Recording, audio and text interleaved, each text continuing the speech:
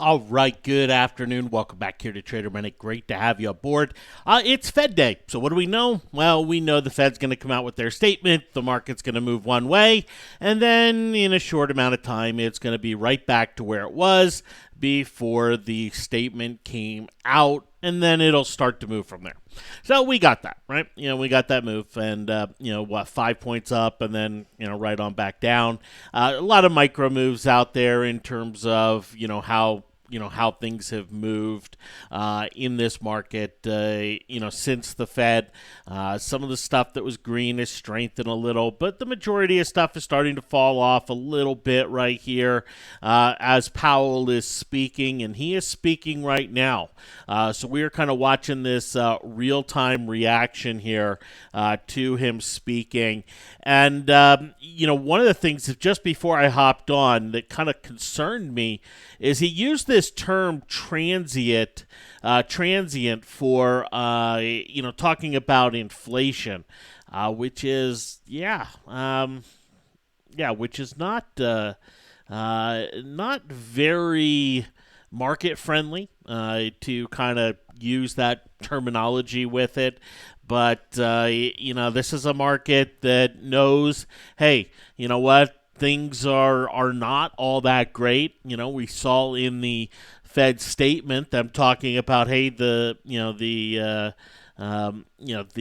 what's it called? Sorry, I'm trying to read and talk at the same time. But talk about how everything's the economy's strong and pretty strong, but the market sees the data eroding, and the data is absolutely eroding. Some of the bounces that we saw, last month, early on this month, in both China and the U.S. are going the other way. We did get a report from CNBC not too long ago that a trade deal is possible by next Friday. Whatever you want to make out of that, but that is obviously in the cards here. But, we did see the Fed lower the rate for, excess reserves for the banks, and the banks initially sold off on that. But, man, that sure looked like news that was leaked earlier today. You look at Bank of America today, and it opens up. And it rallies, right? And then it gets this sell. And we saw other banks do this. And it really kind of looked like something, something was known. And then we get the kind of little rally into the Fed. And then, boom, the statement comes out and the excess reserves are cut. And boom, that initial drop. And now seeing them rally back to kind of even on the day, man, it sure looks like somebody knew that was the news, that was coming out. You see the entire financial sector doing the same thing. There's a little fishy there. But, we see money coming out of things like a Microsoft. We see money coming out of, out of things like Nike.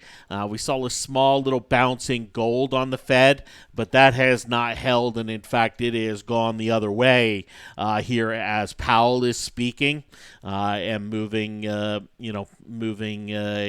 down here. Basically, the Fed says, hey, there's not a really strong, compelling argument to raise rates right now in the market, nor is there a strong, compelling market or strong, compelling reason to lower rates in the market. And, that's nothing new from the Fed. That's absolutely nothing new, but it's, something that, do they have anything in the language and rhetoric that they can do or say to continue to support the markets? The Fed made a big transition in January. And, basically started calling, a white cap black, and started calling the economy different than what it was. And talking about the risk factors in a different light. And absolutely changed their stance as far as, what they were looking to do. Were there political pressures around that? It sure looks it, and I'm sure the history books will speak volumes to that. But right now, what can the Fed do? Fed looks pretty hamstrung. And if the market starts to look at the Fed as hamstrung, you can make a compelling argument for some further downside in the market. But it's one of those things that. I don't think you can make 44 minutes after the Fed statement, right? There's still a lot to play out. We have the upside reaction. We have now the downside reaction coming in. So we're setting a reaction high, a reaction low. One of these is going to break. One of these is going to break, and that's kind of where the short-term direction of the market will go here. We are seeing bonds reverse. Here on this, bonds have been up all day, and here's the 10-year note.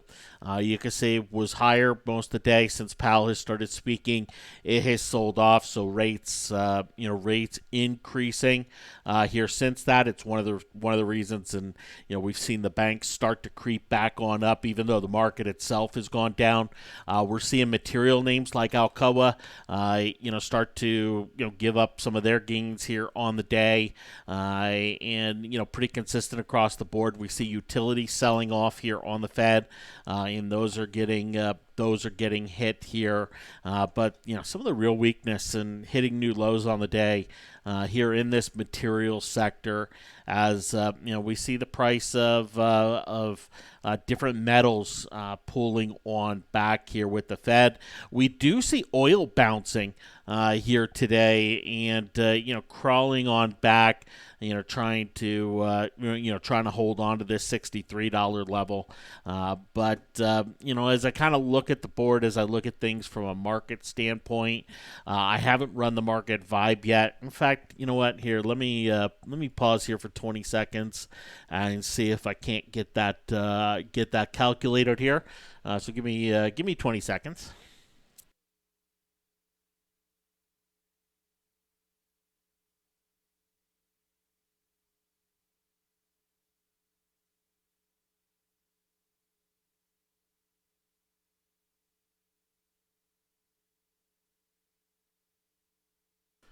Alrighty, market vibe is sitting at 1 right now.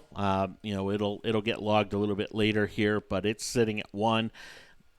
That's no change, right? That's still neutral. That's still suggesting, you're still saying, hey, we're not seeing enough movement in the market internals to suggest that the market stripes are changing right here. And so yeah, that's about where it sits right now. And let's face it, even the reaction from high to low so far with the Fed here is only 15 points, 16 points. That's a fairly light Fed reaction. It's a little heavier than some expected, but it's a fairly light Fed reaction, at least so far. A couple things I mentioned this morning. Alibaba, for the challenge test. If we were still running the challenge test here today, Alibaba triggered here this morning, triggered bullish. We're seeing it get some nice follow through here on the day. It goes into the close here today with that bullish signal. That's the only signal that's out there. Nike, I thought was going to trigger bearish, and I really like this chart lower. In fact, you look at the kind of bust up into the upper bands, the gap down, little mini consolidation, and now breaking on down. Does suggest path of least resistance a little bit lower here in the short run. But not a signal there that would be in the challenge test. But we're seeing weakness in things like an Under Armour. Here today, as Under Armour comes off of its short-term high as well. It breaks the lows of multiple days. So when you look at Under Armour, when it does this, the path of least resistance is lower. It tends to be sharply lower. Oftentimes, though, the next day there is a little bit of a bounce. We have seen exceptions. Right back here, we saw a big down day. Erased and pushed into a new high. So it's not something where you go, well, it absolutely has to go down. But that is the tendency, especially coming off of a little bit of an overbought position here with it. Okay. But look, all the talk this afternoon is going to be about inflation. That is going to be the talk. And when you come in and we look at different measures of inflation, the one thing that just has not happened with the Fed or with the Fed talk about the economy getting better and all that, we have not seen inflation pick up, not here in the U.S., not around the world. And okay, is that a good thing? Well, depends on who you ask, but no inflation means what? There's a strong correlation between no inflation and no economic growth. And there's a strong correlation between inflation and economic growth. And the Fed's mandate is to keep economic growth and inflation under control. And one of the reasons the Fed doesn't want to see monster economic growth is because it tends to come with high inflation. And one of the reasons they don't want to see economic contraction is because it comes with deflation, which is a big bugaboo there. But the lack of really any inflation here in the economy, does have the Fed concerned. Is one of those things where, we've seen it. I mean, here's the CPI out of Germany this week, right? Month over month, 1%, year over year, 2%. So that actually picked up a little bit in Germany. But, it has been pretty light, pretty small, and not significant or not indicative of economic growth. So Fed's a little bit worried about that. Do they have right to be? Yeah. But let's face it, we've been in a low inflation environment for a long time, and it's starting to be talked about as, hey, you know what, that's just the new normal, right? That's just the new normal, and it's fine, and it doesn't matter all that much. But this Friday we'll have PPI data here out of Europe, and I think that's going to be important. Some inflation data out of Europe. But with what we see and the comments I'm seeing from Powell and the Fed here today, it tells me that in the future we're going to see bigger reactions to inflation, which is what we used to see. In fact, inflation data points used to be some of the big drivers for the market. They haven't been for a long time. And I wouldn't be surprised if we start to see a little bit of change there to where the market reacts bullishly to increased inflation, bearishly to decreased inflation or deflation, but we'll kind of see. But that's kind of what I take from what we see from the Fed here today so far. Okay, but anyway, reaction low, reaction high. Reaction low, I don't know that we could call it fully in here just yet. We haven't had a bounce back to this middle, to the midpoint or to where the market was. But if we get a bounce back to where the market was pre-Fed, we can say the reaction high, reaction low are in. One of those breaks, you get a chance to trade it to to that direction. And I do think we will see that come into play. I was asked about AMD earlier today. And I hadn't gone through the report, but did have a chance to go through it late this morning. We saw the stock gap up sizably, and it has sold off here since. There's not a lot in the report to get too excited about. It's it's one of those where we see some analyst. Who was it? Credit Suisse or somebody came out. They had a $13 price target on AMD, and they used this report to raise their price target to $25. We saw others raising their price targets into the upper 30s. There was one there that went into the 40s.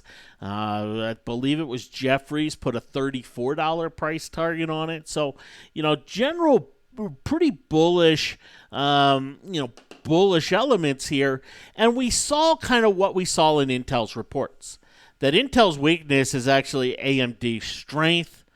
But when we come and we look at just the trajectories of revenue and earnings, right, here with AMD, it's one of those where you go, okay, all right, here's the earnings per share expectations.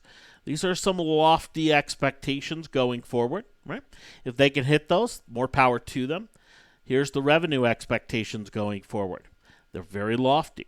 And this is why analysts are upgrading the stock, and they have every reason to. But we are now talking about a stock in AMD that for a long time has had very few expectations, little to no expectations. They did not blow the barn doors off this quarter. It's not what you would call a fantastic report or this, beautiful report. And it's one that, this morning did look a little short squeezy. But the expectations going forward are very lofty for AMD. And if they hit them, the stock will be up and will be up pretty big. If they fail to hit them, the stock is going to be in trouble. You look at year-over-year growth, minus 23% here for AMD.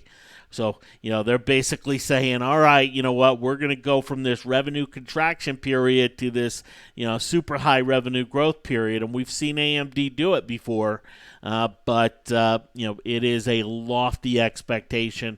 I would not be surprised if you follow short squeeze data or short data that gets reported from the NASDAQ. I would not be surprised if over the course of the next, 6 to 8 weeks, we don't see the short component on AMD stock start to rise. Now, we could also see the stock rise while that happens, but I would be very surprised if we don't see that short component. I think AMD's earnings are just a little more telling for Micron and for Intel. It's one of those where Intel, if you're bullish because of the chip story, you're in the wrong area. You can be bullish because of the cloud story, and that makes a lot of sense. But it's selling off on the chip story, and Micron here. It's one where AMD probably outperforms Micron over the course of the next quarter. But within this space, Western Digital, their earnings weren't anything too fantastic. We'll see Nvidia soon, which I think will be a big one here for the industry, because there's some talk that what we have seen so far in the chip earnings is actually a pretty big positive for Nvidia, but. Nvidia has a long way to go to get back to where it was in September and October after the bath that it took in November and December here. So there aren't any charts, setups for these stocks that I look at and go, wow, these are beautiful. This is great, grand, and wonderful, this way or that way right here, right now. But Micron and AMD are both in consolidations. And I've gone through the Intel earnings, gone through AMD earnings, and maintained these consolidations.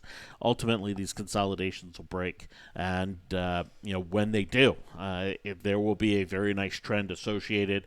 But there's no sign of that trend emerging just yet here with those. Okay? So anyway, that's my take on it. Ultimately, long-term, you know me, I'm a pretty big AMD bear. Right. And it paid me off back here in October, paid me a little bit, a couple times. I got bathed here in February with it. And I'm looking to get back in on a bearish position. Today isn't the day, though, that I set that up or say, hey, you know what, go. It's still one where, I don't think I'm missing my opportunity by not getting in today. Right, and it's one where I ultimately will be rewarded for a better price if I'm looking at a pretty hefty bearish position. So that's kind of how I look at it, and kind of read that going forward here. Okay. After the bell today, we'll have a few more earnings, right? But earnings are going to start to die down a little bit. We've had some of the big headliners, and yes, we still have some major companies set to report, as we go forward here. But it's going to start to die down in terms of, some of the huge names. You can see next week's still going to be a big week, in terms of the number of stocks reporting. But let's face it, the market knows, what's set to come here with many of these companies, right?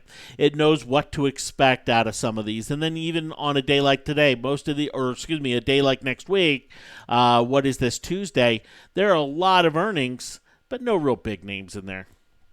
Nothing huge associated there, and probably nothing too market moving with it. We will have Disney next week, which is probably one of the biggest, and then afterwards we'll get Walmart and some of the retail. That's the one sector we haven't really heard from. But this is kind of the last big earnings week in terms of big key companies reporting earnings, and the market's going to kind of start to settle in, and it's very common when we have kind of a consolidating earnings season to see a strong trend emerge afterwards, and I do expect that we will see that here during the month of May and into the month of June. Thanks for hopping on. Have yourselves a great one. We'll talk to you tomorrow. Take care.